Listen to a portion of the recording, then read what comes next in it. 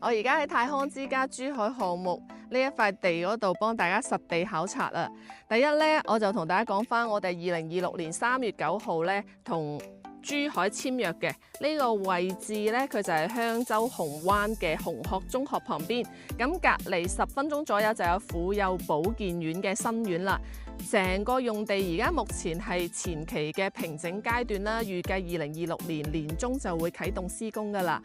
咁定位咧就係大灣區旗艦醫養社區，主打醫養融合跨境嘅旅居養老啦，服務珠海同埋港澳嘅長者。呢度離港珠澳關口咧12.6公里，打車大概20分鐘，費用都係35蚊以內。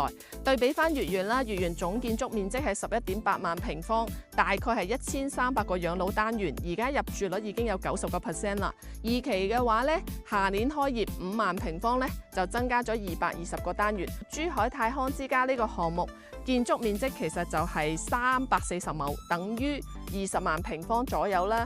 佢嘅床位數、房間數都會係月園嘅2倍以上，配備咗康復醫院同埋1+N 嘅全周期服務㗎，非常之期待官方嘅正式宣佈啦！拜拜，記得點讚關注哦。